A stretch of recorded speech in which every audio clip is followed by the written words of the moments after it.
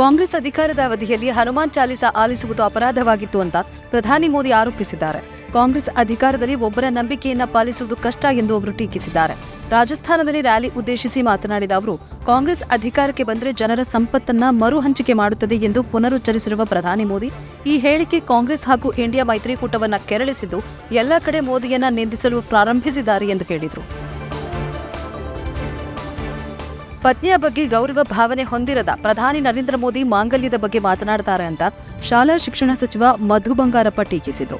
ಶಿವಮೊಗ್ಗದಲ್ಲಿ ಮಾತನಾಡಿದ ಅವರು, ಚುನಾವಣೆಗೋಸ್ಕರ ಶ್ರೀರಾಮನನ್ನ ಬೀದಿಗೆ ತಂದಿದ್ದ ಬಿಜೆಪಿಯವರು ಈಗ ಹಿಂದೂಗಳ ಪವಿತ್ರ ಭಾವದ ತಾಳಿಯನ್ನ ಕೀಳುಮಟ್ಟದ ರಾಜಕಾರಣಕ್ಕೆ ಬಳಸುತ್ತಿದ್ದಾರೆ.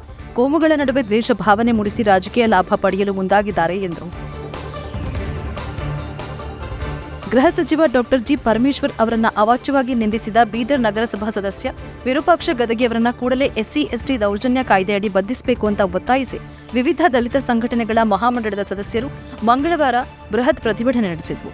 ಶಾಸಕ ಪ್ರಸಾದ್ ಅಭಯ ನೇತೃತ್ವದಲ್ಲಿ ಅಂಬೇಡ್ಕರ್ ವೃತ್ತದಿಂದ ಉಪನಗರ ಪೊಲೀಸ್ ಠಾಣೆವರೆಗೆ ಪ್ರತಿಭಟನಾ ಮೆರವಣಿಗೆ ನಡೆಸಿ ಗೃಹ ಸಚಿವರನ್ನ ನಿಂದಿಸಿದ ನಗರಸಭೆ ಸದಸ್ಯರನ್ನ ಬಂಧಿಸಿ ಕೂಡಲೇ ಗಡೀಪಾರು ಮಾಡಬೇಕು ಅಂತ ಆಗ್ರಹಿಸಿದರು.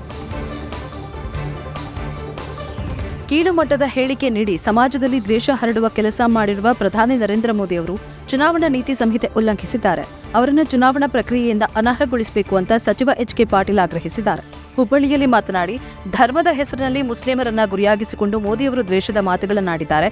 ಒಬ್ಬ ಮುನ್ಸಿಪಾಲಿಟಿ ಅಧ್ಯಕ್ಷನೂ ಅವರಷ್ಟು ಕೀಳುಮಟ್ಟಕ್ಕೆ ಇಳಿದು ಹೇಳಿಕೆ ನೀಡುವುದಿಲ್ಲ. ಈ ಚುನಾವಣೆಯಲ್ಲಿ ಅವರು ಅಭ್ಯರ್ಥಿಯಾಗಿ ಉಳಿಯಲು ಅರ್ಹರಲ್ಲ ಅಂತ ಹೇಳಿದರು. ಕಾಂಗ್ರೆಸ್ ಪಕ್ಷ ತನ್ನ ಪ್ರಣಾಳಿಕೆಯಲ್ಲಿ ದೇಶದಲ್ಲಿ ಶರಿಯತ್ ಕಾನೂನನ್ನು ಮರುಜಾರಿ ಮಾಡುವ ಮತ್ತು ದೇಶದ ಆಸ್ತಿಯನ್ನು ಮರುಹಂಚಿಕೆ ಮಾಡುವ ಉದ್ದೇಶವನ್ನು ವ್ಯಕ್ತಪಡಿಸಿದೆ ಅಂತ ಉತ್ತರ ಪ್ರದೇಶದ ಮುಖ್ಯಮಂತ್ರಿ ಯೋಗಿ ಆದಿತ್ಯನಾಥ್ ಕಾಂಗ್ರೆಸ್ ವಿರುದ್ಧ ಗಂಭೀರ ಆರೋಪ ಮಾಡಿದ್ದಾರೆ.